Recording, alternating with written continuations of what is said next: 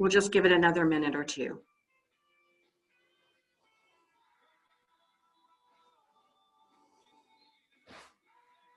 And if you're new to Zoom, don't worry about communicating with us. We'll go over the question answer when we start the meeting.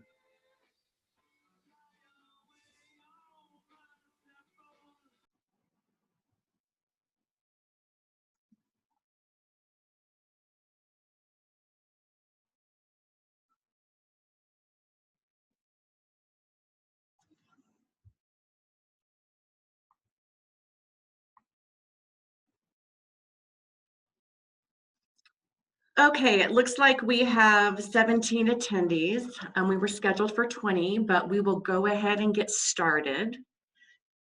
My name is Lisa Gray.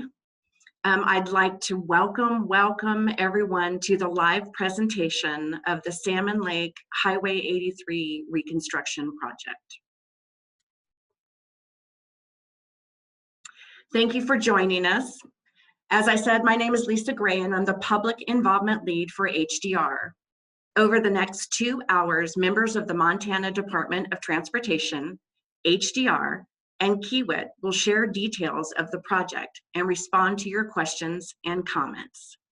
We believe this open house and question answer session will allow us to gather your input and provide the project team with information to design and construct a better project. MDT is using online meetings to engage with the public rather than in-person meetings due to community health and safety concerns during the COVID-19 pandemic. We do look forward to meeting in person again in the future. During today's session, MDT and project team members will provide a project overview, present the preferred alternative, and discuss schedule and next steps.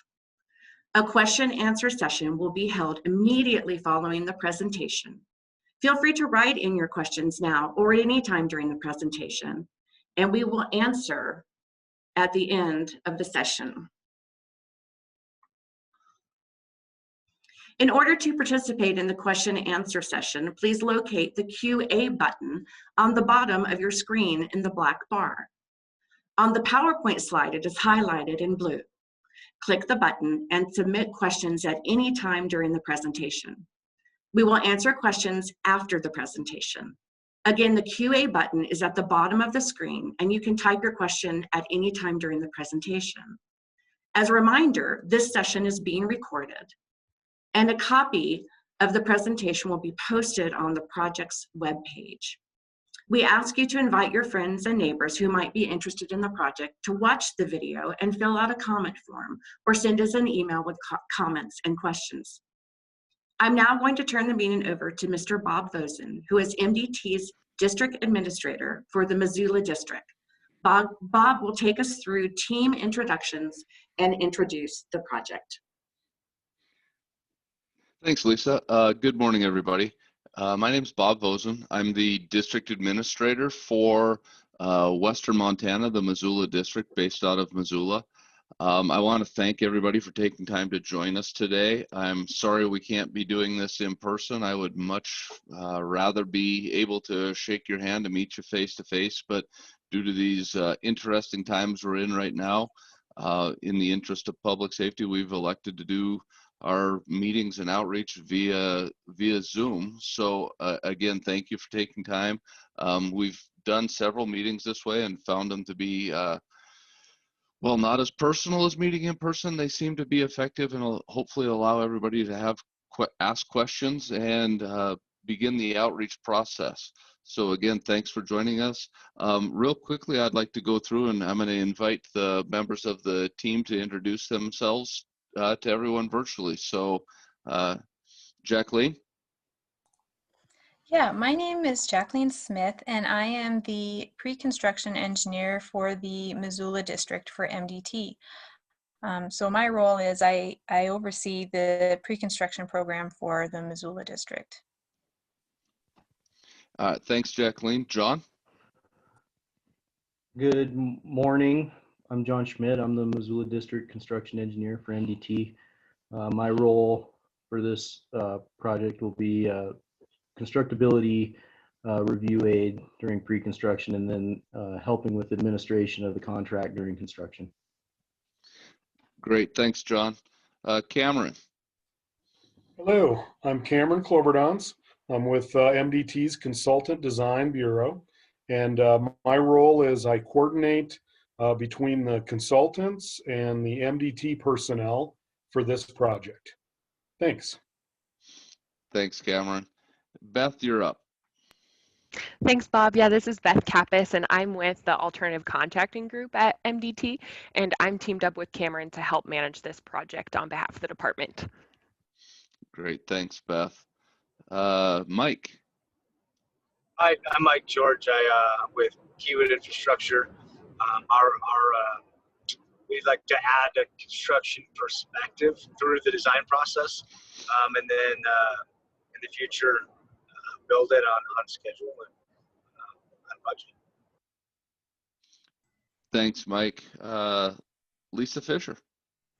Good morning, everyone. I'm Lisa Fisher. I'm the HDR project manager.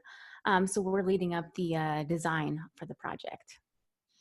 And everyone has already heard from Lisa Gray, who introduced herself and got us started off. So real quickly, I just want to jump into the project and give a brief overview. As you can see on the screen in front of you, this is a project that begins at the south end of Salmon Lake and runs to the north end of the lake. It's from milepost approximately 5 to 9. And generally the project starts, for those of you familiar with it, where the project that we constructed, it's been several years, I guess, about 6 years, something like that, in the past, that we completed the stretch between the south end of this job and the intersection with Highway 200 down at Clearwater Junction. So this is a stretch of road that we've got safety concerns, and also, I think everybody that travels it with frequency is aware of some rockfall concerns and some other challenges in the area. It's an extremely challenging project to design and develop and maintain some type of a budget that's constructible. So that's why we're utilizing the a new to MDT delivery method called CMGC, which is something that Beth is going to dive into a little bit more in the future slides. So I'm going to turn the project presentation, over to Jacqueline right now. She's going to talk a little bit about the project history and purpose. Jacqueline? Thank you, Bob. Yeah, I'm going to start off the presentation with just a very brief overview, like Bob said, of the project history. Originally, the Salmon Lake Highway 83 Reconstruction project was one long project where the limits extended from Clearwater Junction to the northern end of Seeley Lake. This project was just under 15 miles, and that's a really long project. Since that time, it has been split into 4 separate projects. Those first 2 projects are the ones that are constructed: Seeley Lake South Safety Project, which is the northern ends of the original project, and then Clearwater Junction North was the southern limits of the original project. The 2 remaining projects that are currently being designed is the Seeley Lake South project, which is just to the north of the project we're here to talk about today, which is the Salmon Lake Reconstruction project.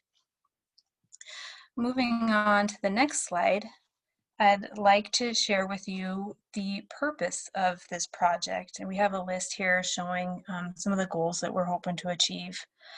The purpose of the project is to reconstruct Highway 83 to improve roadway safety along the east side of Salmon Lake to accommodate the future traffic volumes and improve the shoulder widths. The improvements include widening the roadway by increasing the shoulder widths, stabilizing existing cut slopes to reduce the rockfall hazards, improving the horizontal and vertical alignments.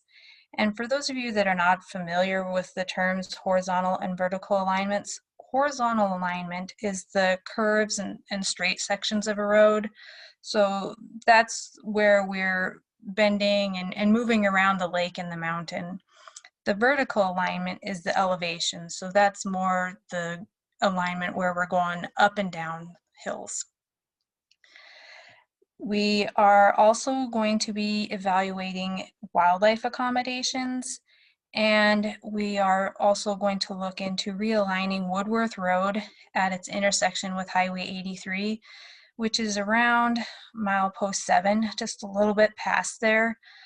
That approach comes in at quite a bad angle to the road right now, and so we're looking at ways to improve the visibility for that approach, as well as improve drainage in that area.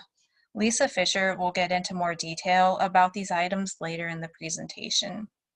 I will now hand it off to Beth so she can share more info with you on the method we are using to develop and deliver this project, as Bob had mentioned earlier. Yeah, thanks, Jacqueline. So, as these guys have alluded to, this project is pretty unique in a lot of interesting and challenging ways. So I think MDT has opted to deliver this project using a new approach called CMGC. CMGC stands for Construction Manager, General Contractor, and that really describes the role of the contractor on this particular project. But in this method, MDT hires a contractor at the beginning of design, and that contractor provides a lot of detailed construction insight to the design team, and that's kind of what Mike was talking about in his introduction. And so the idea here is that in this delivery method, we have more minds in the discussion, and we have lots of additional constructability information that helps us develop a more robust and cost-effective plan. So through a competitive process, MDT selected Kiewit Infrastructure Company as the contractor for this project. And, as you heard when we went through introductions, we have a representative from the Kiewit team on the line, and you'll be hearing more and more from those guys as project development continues. When we get closer to final design, they will be able to provide more detailed information about what construction will actually look like when that gets underway. But ultimately, the big idea here is that we're working to limit impacts to the traveling public and really provide for maximum mobility throughout the job site when we're underway with construction. So this next slide just provides a graphic overview of the currently anticipated project schedule. So at this point in time, we're pretty early in the design phase, really working towards a plan set that is about 30% complete by the end of this year. And then as shown by the following little milestone bubbles, we will continue working on plan development over about the next year and a half with the intent of having final plans ready for construction starting in the fall or late summer of 2022. And so given how early we are in project development, we don't really have a detailed schedule for what construction will look like yet, but we do anticipate that the bulk of the work associated with this project will be completed in 2023. So with that quick overview of where we're at, I'll now turn it over to Lisa Fisher with HDR to provide a little bit more information on some of the design stuff we've been working on. Thanks, Beth.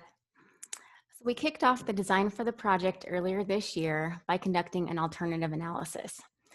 The analysis evaluated 5 design alternatives focused on different roadway reconstruction options that included shifting the roadway slightly left or right, as well as evaluating shoulder widths ranging anywhere from 3 to 6 feet. During preliminary design development, the team compared the existing roadway curves with MDT's current design standards. Out of the 19 horizontal curves located within the project, there was one that did not meet current design standards. So we'll show you a little video of this particular location. You can see over on the left the actual location along the highway within the project limits of where this curve is located. The curve will be modified so it's not such a sharp turn to meet current design standards, which will also improve sight distance for highway users.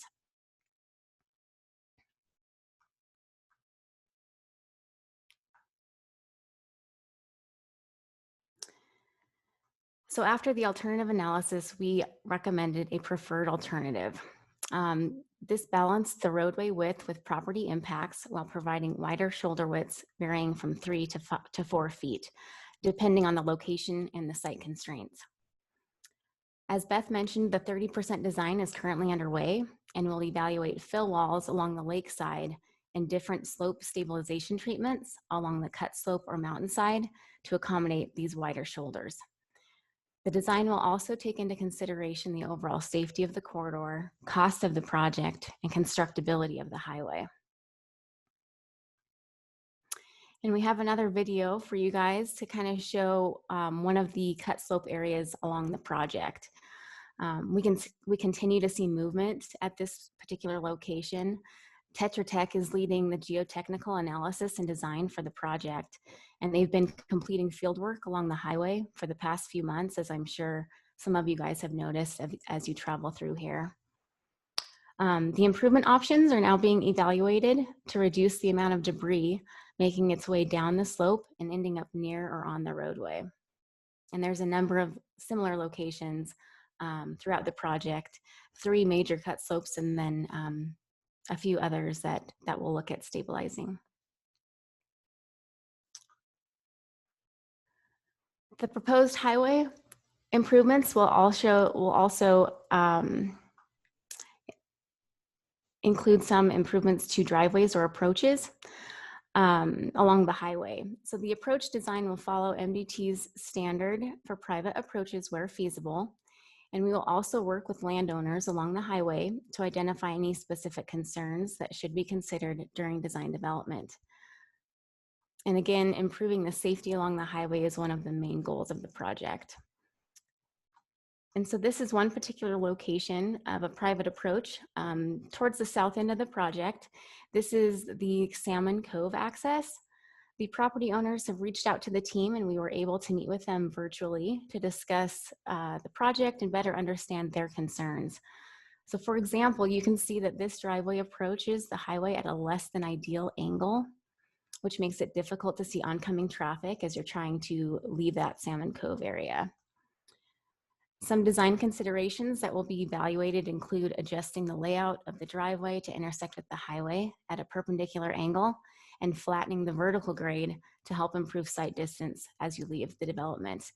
And we're, like Beth said, we're early on in the design, and so we're starting to look at these as a case-by-case basis and encourage you guys to reach out if you have specific questions or would like to talk to the team in more detail. This section of Highway 83 experiences a high number of wildlife vehicle collisions. A crash analysis was completed for the project, and it was estimated that just over 26% of all road accidents on Highway 83 involve wildlife, mainly white-tailed deer. The project is evaluating methods to reduce these type of collisions in the project by providing wildlife accommodations. These improvement options could include adding wildlife crossing warning signs along the highway, as well as clear zone widening, which would include clearing of vegetation adjacent to the roadway to help drivers see wildlife on or approaching the highway sooner. Another type of wildlife accommodation would be to provide fish passage at the Fish Creek culvert located near milepost 7. Other treatment options that we evaluated, like wildlife crossings, wildlife exclusion fencing, they were considered but determined to not be feasible for this project. And now moving on to the bicycle traffic. The roadway currently has little to no shoulder, and as we've discussed, the proposed improvements for the highway include shoulder widening with widths varying from 3 to 4 feet, depending on the adjacent constraints, of course, and the topography. These wider shoulders will help facilitate bicycle traffic that frequent the area. And so with that, I will turn this back over to Lisa Gray to kind of discuss the next steps and talk about answering some questions. Thank you, Lisa, and thank you, team. That was great. We encourage our public to stay involved. It's been my distinct pleasure to have a number of telephone conversations and email conversations with you all, so we encourage you to continue to stay involved.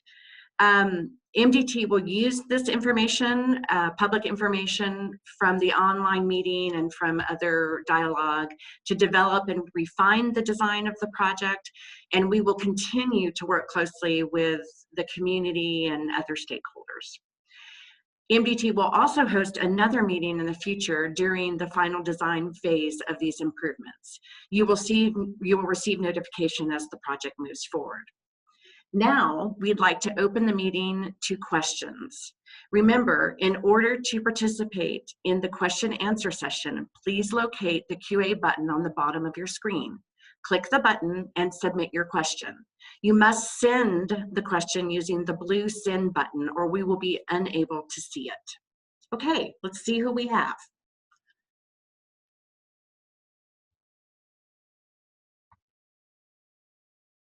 So I have no questions at this time. Did we do such a great job of presenting our information that nobody has questions? Excellent, we have a question. Thank you. Okay, I got your name. Okay. I have a question, but I need more time to ask it. Okay. Alan, let me get started on a couple more questions and then I'll come back to you. Does that seem reasonable? Okay. So Ryan, what are plans to accommodate traffic egress from Salmon Lake State Park? Lisa, would you like to take that? Yeah, I can take that. So we conducted some traffic counts for those particular access points along Salmon or along the highway. And we're evaluating if a turn lane would be necessary at that particular location. Since we are kind of early on in the design phase, that's still something that's kind of getting washed through or taken through preliminary design, but we are looking specifically at Woodworth and the state park access to identify if, like I said, additional turn lanes or maybe some warning signs for intersection ahead could be used to kind of help indicate where those locations are. Okay, thank you, Lisa. And for Mark, he would like to know if the recorded meeting will be available online. Absolutely. Mark, I need about 2 days to get it up, but it should be there early next week for sure. So go see it, go review it there. And if you have questions after that, you can submit them on the comment form or you can submit them directly to me, Lisa Gray, and my information's on the webpage. Okay, stand by. Okay, Robert has a question. He's concerned about the speed limit. His place is located at mile marker 5. There are 10 cabins with 2 entrances. Turning off the road when towing boats or trailers requires almost stopping on the highway. Lisa Fisher, would you like to take that one? And let me know if you need me to repeat it. I'm happy to. Yeah, and I think Bob might be able to help with this question as well. So Excellent. the speed limit will remain the same along the highway on Salmon or on Highway 83. So that really isn't going to be changed with this project. And I don't know, Bob, if you'd like to add a little bit more on the history of how the department approaches that. Yeah, generally in the state of Montana, speed limits are not set by the Department of Transportation. It is directly out of Montana Code Annotated, the MCA laws of Montana. There's 2 processes to adjust a speed limit, neither of which is MDT gets to set speed limits or make changes to speed limits. In this area, if there are people that are concerned with speed limits, the way that needs to be approached is the local governing agency, in this case it'd be the county commissioners, would request a speed study be performed, and then at that point MDT can undertake a speed study. We either do it internal or sometimes we hire a consultant to perform the speed study. The speed study is completed and we provide a recommendation. That recommendation is then given back to the county commissioners and they can review our study and our recommendation, and then they can either agree with the study, the results of the study and recommendation, or they can disagree. Either way, they then take that information and present it to the Montana Highway Commission, which is a 5-member board appointed by the governor. And they are the ones they'll take our study and our recommendations, they'll take input from the public, and they'll take input from the county commissioners, and then they make a determination whether to adjust the speed limit, whether it's up, down, or leave it the same. So that's kind of a real quick rundown on how speed limits are set in the state of Montana. I hope that answers the question.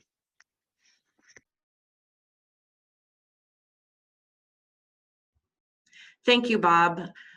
It looks like we have another question about speed limit, which I think has already been answered, but I wanted to give Lisa a chance to explain the difference between design speed, the design, and this is to James, I'm answering your question. I think half of your question, James, has been answered, but there's a difference between design speed and then sort of the posted speed. So Lisa, would you like to explain that?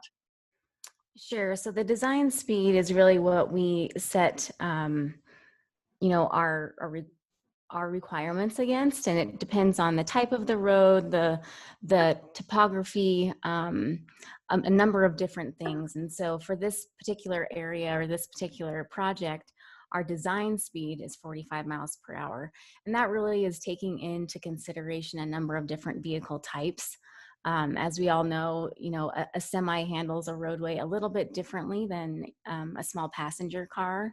And so when we're looking at the design for this type of a project, we're looking at how we can safely maneuver through those constrained areas of those curves and different things like that. And so our design will reference that 45 mile per hour design speed. But like Bob mentioned before, the posted speed limit is not going to change for the project. Okay, thank you, Lisa. We have a question from Carla about wildlife collisions. And Carla, we don't have a biologist on the phone call this morning, so I will give Lisa Fisher an opportunity to discuss this, or if Beth or Jacqueline have an answer that they can provide. We may have to take this one offline is what I'm suggesting. Carla is asking what percentage okay, what is the percent that wildlife crossing signs reduce collisions? So what is the percentage that signs help to reduce wildlife collisions? Do we know? Do we have an answer for that, or should we take it offline? That's a great question. Yeah. And there are a lot of different references that we can look at from studies that are done at a location before and after placement of these types of signs. And although I don't have the number off the top of my head, I'd be happy to follow up with you on what that particular treatment percentage is and what we could expect in a traditional sense of what that would bring.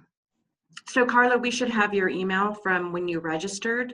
I'm gonna click this question as being done because they don't give me a follow-up option, but we will get back to you on that. Thank you for asking that. Okay, the next is from Alan. Placid Lake cabin owners are concerned about the safety of the Placid Lake turnoff. We would like to ask MDT to extend this project to consider this alternative. Placid Lake has experienced tremendous growth in use lately, and this is a major concern about the safety of the intersection. Bob, can you take that for us, please? You bet. Alan, unfortunately, adjusting limits of projects is not something that is really easy to do. I can tell you we can take a look at it, but the Placid Lake turn is actually in the next project that will be done, as Jacqueline had described. The other thing that we can do is take a look and we're constantly evaluating intersections throughout Western Montana. And this is not the only area in Western Montana that is experiencing tremendous growth. So we're constantly looking at all of our intersections and intersections of concerns, but with the extremely limited budgets that we have to be judicious. And again, by code, we have to have a 5-year plan in place that identifies projects that we're going to be constructing, projects we're working on, and changing limits isn't something that we can do real quickly. So this project limit where it's set at now is most likely to remain. But I do want to let you know that I'll talk with our traffic engineer, see what kind of data we have in the area. And if it has been identified, we can get back in touch with you. I'm not aware of anything planned at that location at this time, though. We do recognize the growth throughout the entire corridor, though. So Alan, I'm going to check this off as done, but we will follow up with you too. Thank you for the question. I appreciate it. So next, this is from Mark. I think it's for Lisa. Let me read it. What are plans and schedule for how preliminary designs will be reviewed with public before being finalized? So I think, Lisa, an extension of that question is, when the public has an opportunity to look at the designs, will they be able to and how they be able to affect change? Would you like me to read the question since I added my 2 cents behind it? I think I got it. So like we had kind of talked earlier, we're approaching that 30% design mark right now. So we're fairly early on. And I think specifically for, private approach development and coordination, I think that really kicks off after this 30% completion.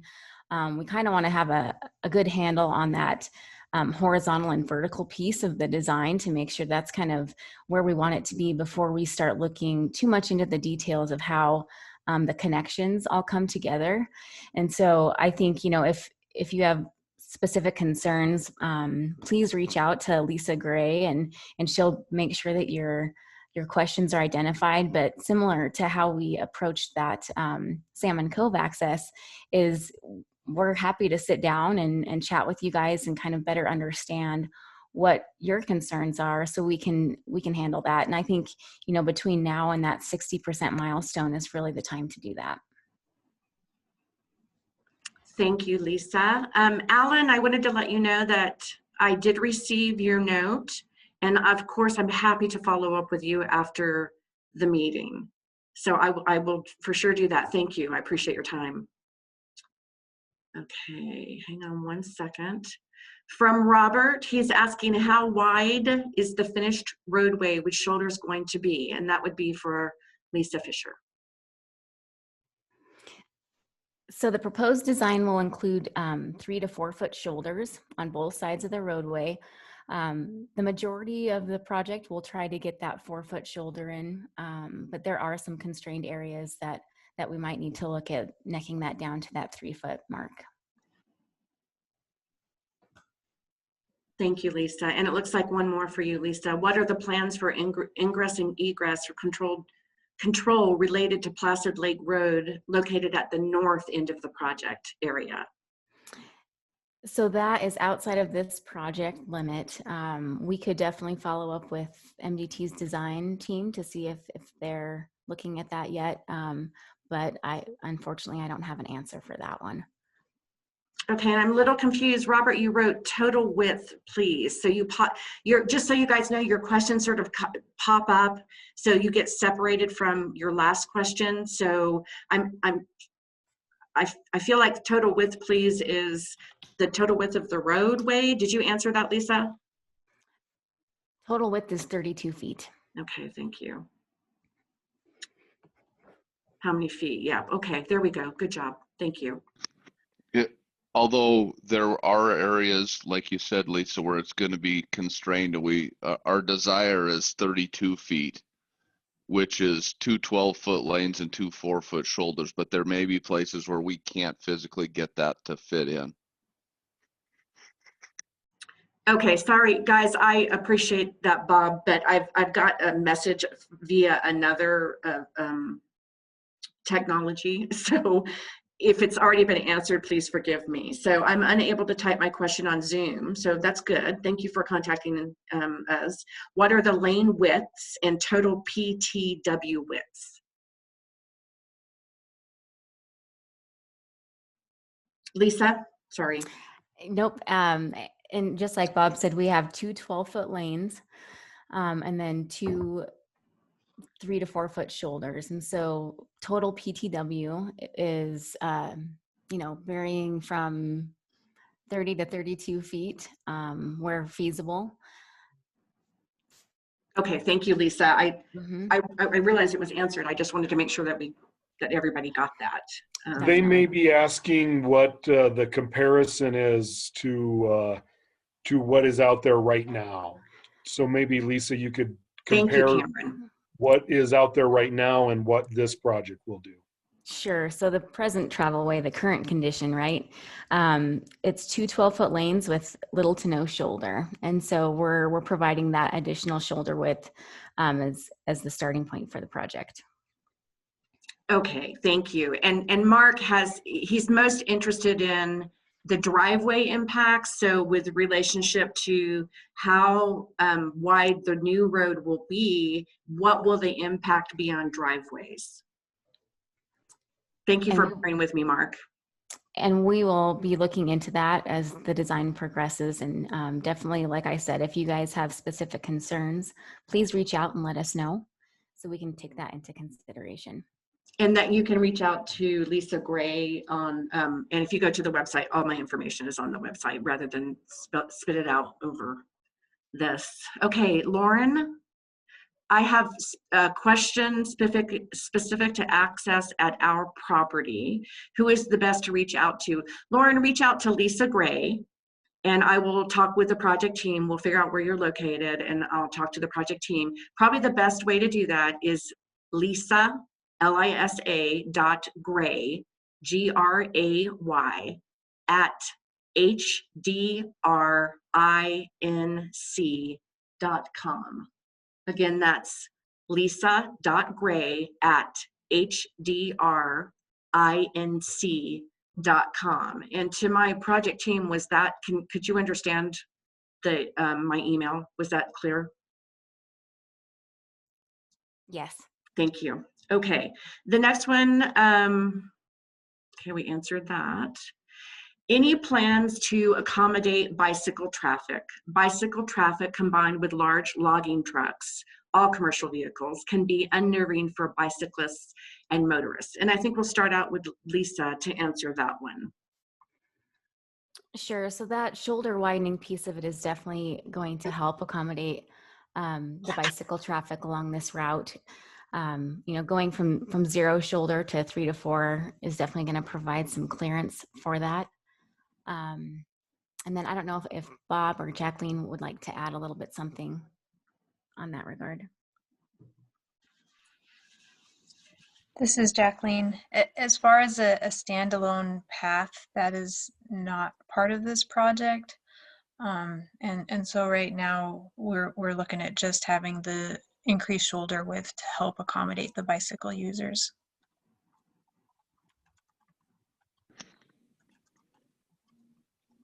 Sorry for the silence here. I'm just want to confirm that we got a question answered with somebody. So, okay, the next one is for William. A northbound left lane is planned for the Placid Lake intersection under the Sealy Lake South project. So that was an informational piece. Bob or anyone from MDT, would you like to follow up with that? It's not really a question, but. Yeah, yes, Bill Squires is an employee with MDT. Oh, thank you. He's familiar with the project. Oh, outstanding. Thank you, Bill. So let me just repeat that for everybody's benefit. This is from Bill Squires, who works with MDT. My apologies, Bill, for not knowing you. And your comment is a northbound left turn lane. A northbound left turn lane is planned for the Placid Lake intersection under the Sealy Lake South project. Thank you very much. The next question is from Chris. Will you be meeting individually with landowners to review potentially widening and changing approaches to their property? So Jacqueline, would you like to take that? Right now, we don't have individual meetings planned, but I think that's a great question, and we are open to discuss at any time with the landowners. I understand it can be pretty scary not knowing what's happening to your approach and fear of losing one, and so we don't want anybody leaving this meeting fearing that they're going to lose their approach, or waiting for construction to happen fearing that it's going to disappear at that time. So if you want to discuss more with us about your approach, I would suggest following up with Lisa, as she's suggested to some of the other commenters, and we can talk to you individually to see what your needs are. Thank you very much. So yeah, Chris, reach out to me please at any time.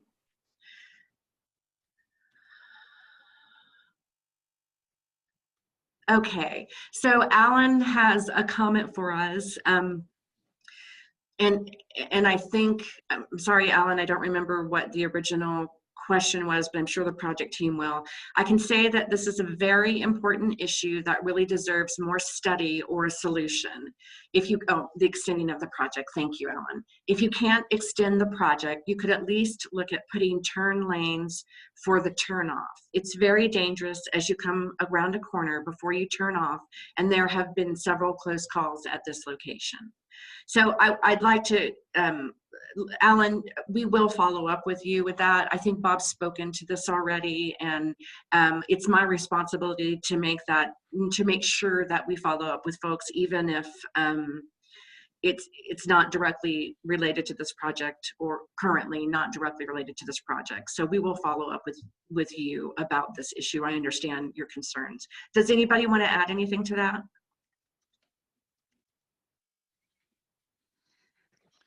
And Alan, I accidentally pushed a button that made your question go to the answer column, and I wanted to send you my contact information. So just remember, it's lisa.gray@hdrinc.com.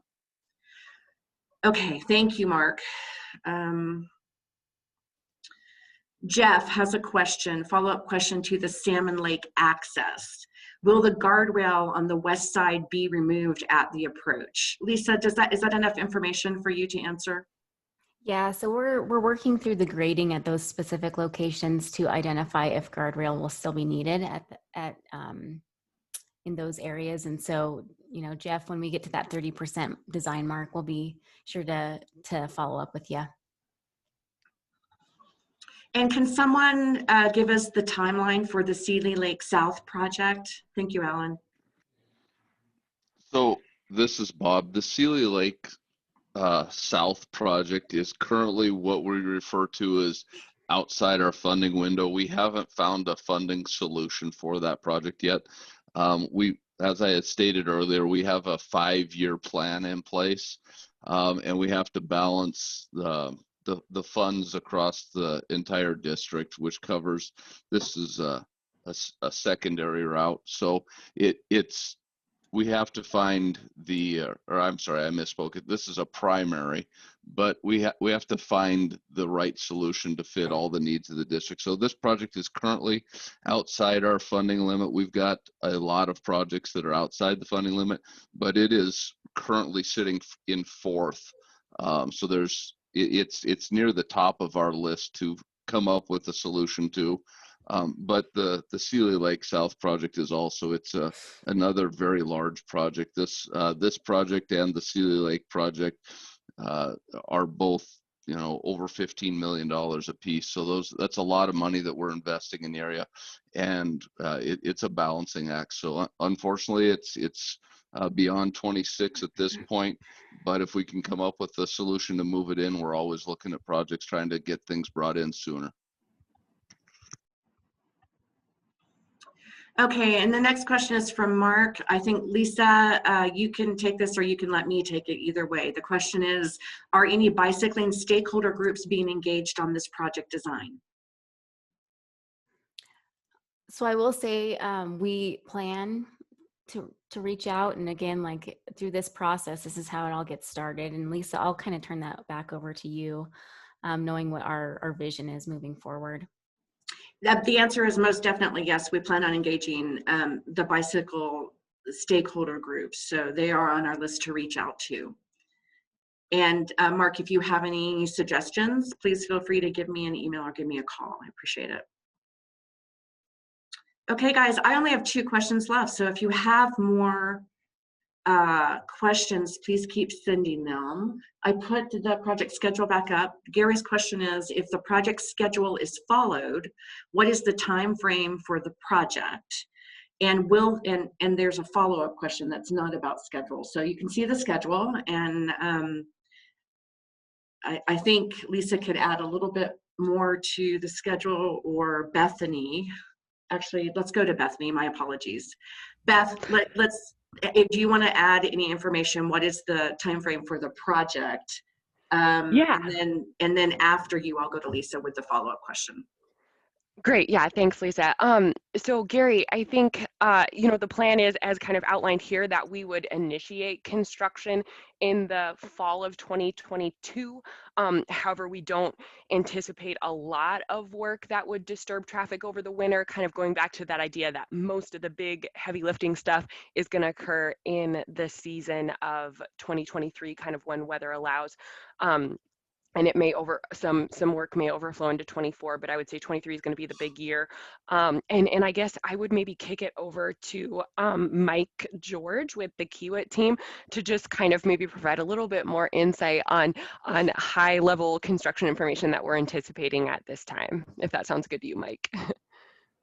Yeah, no problem. I think, with the goal of finishing design in October of 22, our job to get started is really see what work we can complete and get started that season, and then do everything we can to get the right scope in there and finish up in that next season, and with the majority of the work.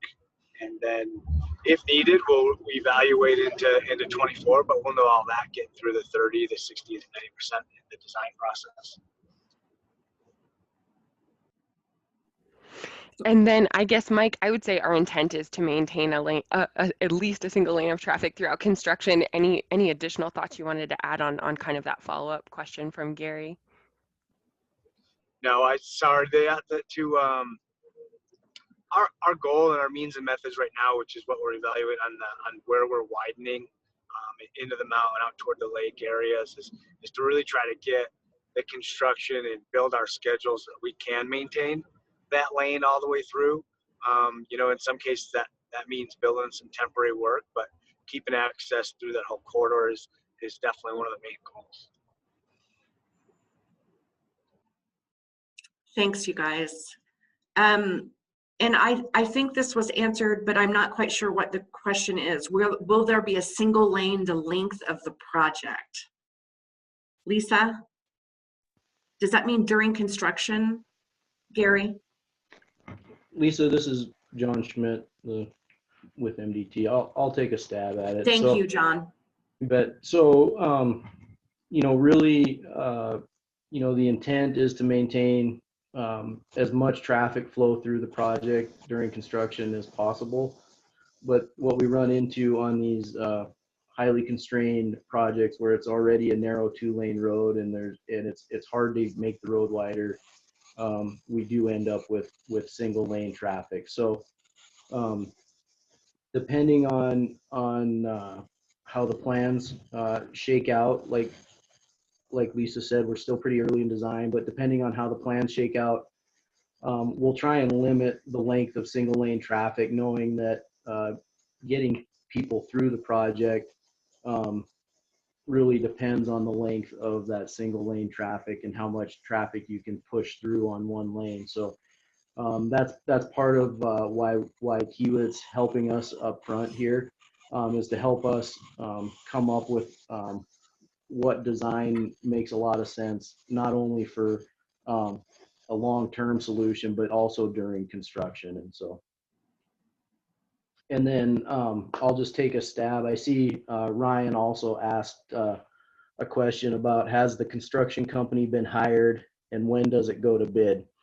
And so that comes back to the contracting method that we used. And so it's CMGC, and really it's kind of two separate contracts. So Kiewit is hired as to help us in the pre-construction phase.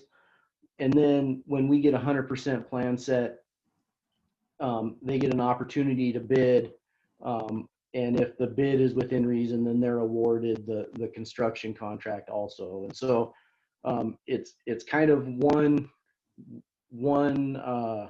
method with two separate pieces. And so technically they haven't been awarded a construction contract yet. Right now, the contract we have with Kiewit at MDT is to help us with pre-construction services. And so Beth, I don't know if you have anything to add to that, but that's really where we're at. Thank you.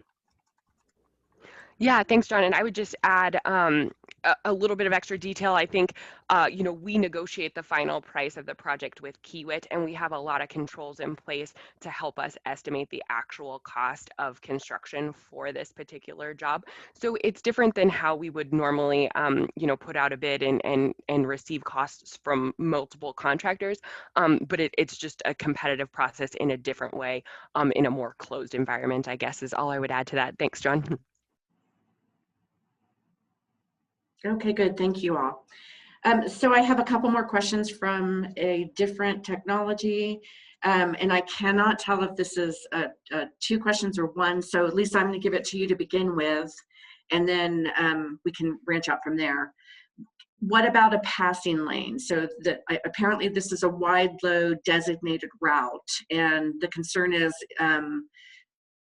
what about a passing lane somewhere in the middle? There are several areas where a passing lane could be created. So we currently don't include passing lanes for the project, and looking at the project overview, we're right along the lake the majority of the way, and we're trying to maintain those pullouts as well that are along the lake on both the left and the right side of the roadway. And so I think at this time, no, we won't be looking at passing lanes. We're really just trying to accommodate that wider shoulder for added safety while maintaining some of the other features out there, such as the pullouts. Okay. And it looks like I have a comment. Let me read this. I haven't read it through yet, so I'll read it to us all at the same time. The Clearwater to Sealy Lake project was scheduled to be built back in 1986. It was pushed back many times with many meetings with the community and saying it was done to be done completely years ago. What does it take to get this done sooner? What can we do? Bob, would that be something you'd like to take? I was going to say, I will take that one. Thank you. The short answer is, and this applies to every road of need in Western Montana, which is a tremendous amount, and that is contact legislatures at both the state and federal level, and we need a better funding solution. That's what it all boils down to. I've got about $300 million worth of work that's scheduled to be done or proposed to be done with a $30 million a year budget. So the short answer is that it's a funding issue, and it's one of the biggest challenges we as MDT have is how do we continue to improve our roads while we maintain the ones that we have right now. With our current finance, we have a very strong effort to try to keep good roads good, and that's through our pavement preservation process. And it really presents some challenges from a funding standpoint to come up with. I mean, we're looking at spending $15 million for this stretch of road right here. You know, you're $15 to $20 million for this short of a project. Consider how many hundreds of miles of roads that we have that aren't even programmed for projects that we've identified, but we haven't even programmed anything because we know we don't have a funding source. So that's the biggest challenge that we have. And Lisa, were they specifically asking about Clearwater Junction intersection? This one is the Clearwater to Sealy Lake project. Okay. It may have been linked to that, but I can't tell. Okay, because just Bob definitely covered everything and the challenges we're facing from our funding challenges. but we do have a project programmed through our safety program, looking at solutions for the Clearwater intersection. Okay, thank you. And I've got one more open and one that I don't quite understand. Alan, I sent you a message back. Would you help me out with that, please, if you can? So I want to get the right answer to you. And if we're not able to answer it here, Alan, let's make sure we contact each other after this so that we can get that answered for you. And the last one I have so far is from Jeff and Lisa. It looks like, oh, okay, Alan, thank you so much. I appreciate it. And Jeff, this is from Jeff, and it looks like this will be a good one for Lisa. What is the plan for the legendary lodge approach? Thanks for the question, Jeff. We'll dive into the approach designs after that 30% milestone, which is set for next month. We are going to maintain that pullout that's next to Legendary Lodge. I know that a lot of users park there for dropping off kids at the park or at the lodge or for other uses, and so we will definitely take a closer look at that after we reach that 30% milestone. Okay. Thank you, Jeff, and thank you, Lisa. Let me check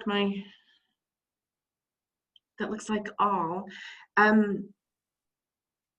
have no other questions, and we have plenty of time. If you have another question, please feel free to type it in. There briefly was, oh, this is Cameron. There briefly was a question about all pullouts, but then it kind of like disappeared. I don't know if that meant that the person deleted it or if something else had occurred. But did anyone else see that one about the plan for all the pullouts? I'm going back through them now.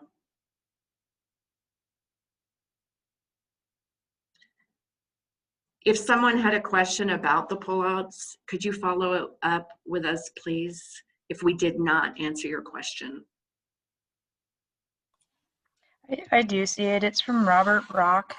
During the summer, many of the turnouts are filled with vehicles and boat trailers as the day area is full. How are you going to address this safety issue? Is that the one you were thinking of, Cameron? Turnouts from Robert. Yes, that's the one I saw, and I didn't see it get addressed, so I just wanted to follow up, make sure we were answering everyone's No, I appreciate questions. that. Cameron, it tends to get very busy at Communication Central, so thank you very much for your good eyes. Robert also follows that up with turnouts. Please advise because of major parking issues in the summer with all the vehicles and boats. Yeah, so as I mentioned, we will maintain the pullouts that are out there currently as much as we can. We know that they are used, especially during the summer months. Thank you, Lisa. Does anybody have anything to add to that?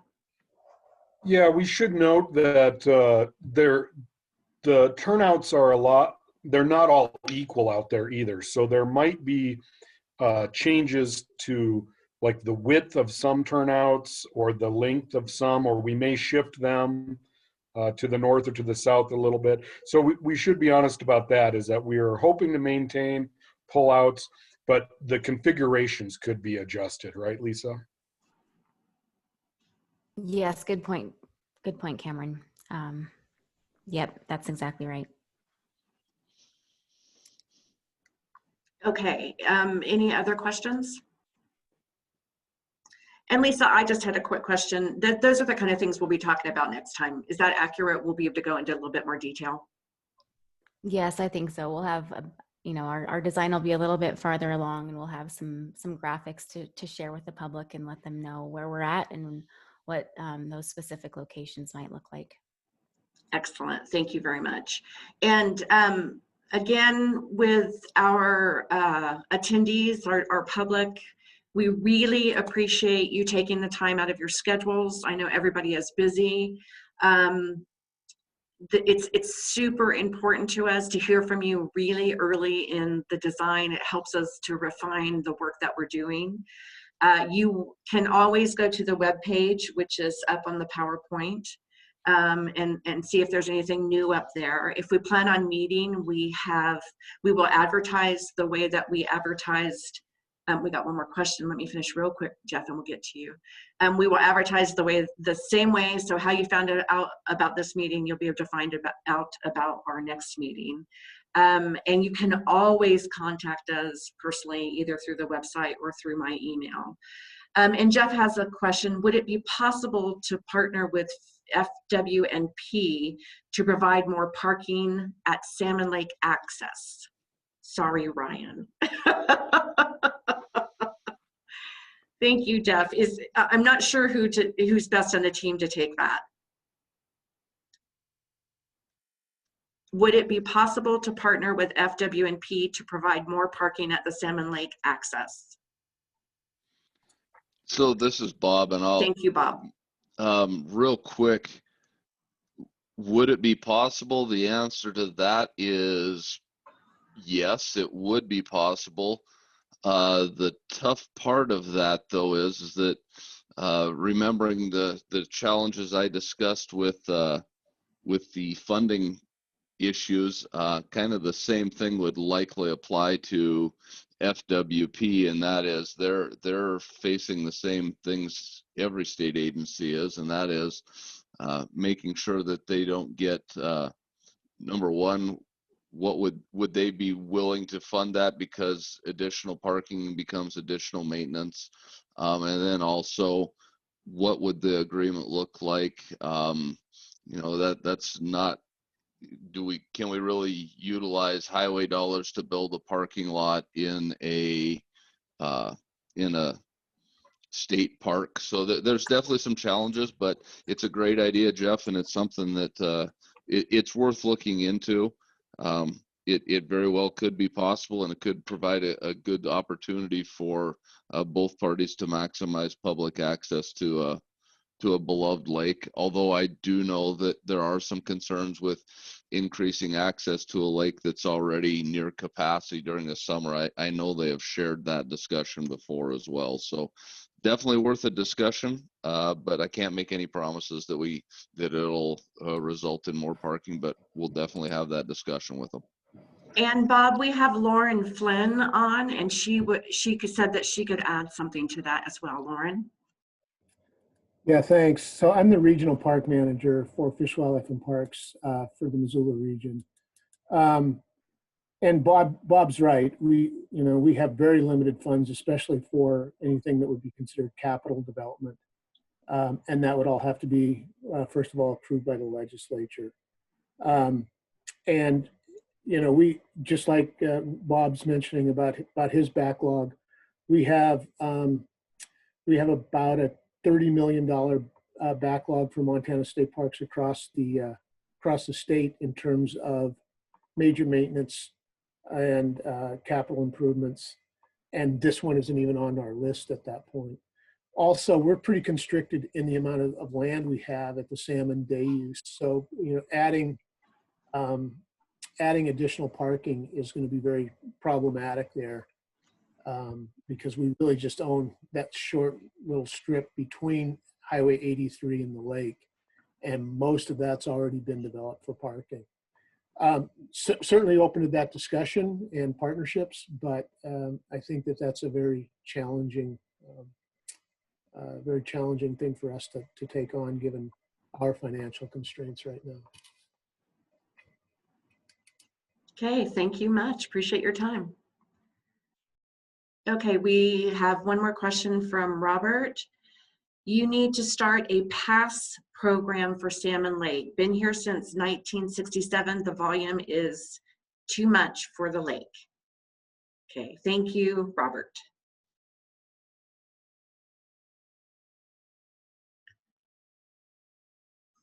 That's a very good comment, and I'm sure Lauren got that one too.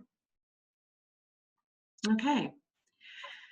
All really excellent questions and comments. We appreciate again, taking your time and your brain power out to help with the project. I think we should stand by just for another minute or so in case someone has a last minute question. I wanted to let everybody know, if you plan on contacting me, please do so. I will get back with you by tomorrow. We have another meeting today, so not a lot of extra time. But for sure, I will get back with you tomorrow. Okay, I have no more questions. I'm ready to wrap it up. Bob, did you have any final comments for the public? You know, I just want to thank everybody for attending and being so engaged. That was great to see. I really appreciate the number of comments and questions, and they were quality questions. Yep.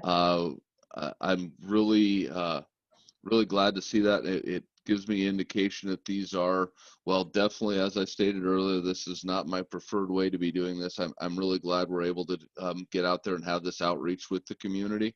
I encourage everyone to keep their eyes open. We'll be doing, depending on timing, it'll either be another session like this, or hopefully we'll be past the COVID situation. Everybody can safely and healthy, be safe and healthy, and we can get together and meet in person, which would definitely be my preference. So again, I just want to thank everyone on the team for a great job within MDT, HDR, Kiewit, and thank all the members of the public for joining us today. All right, we're gonna sign off now. Have a safe and healthy afternoon, everyone. Thanks again. Thanks, Lisa. Great job. Thank you.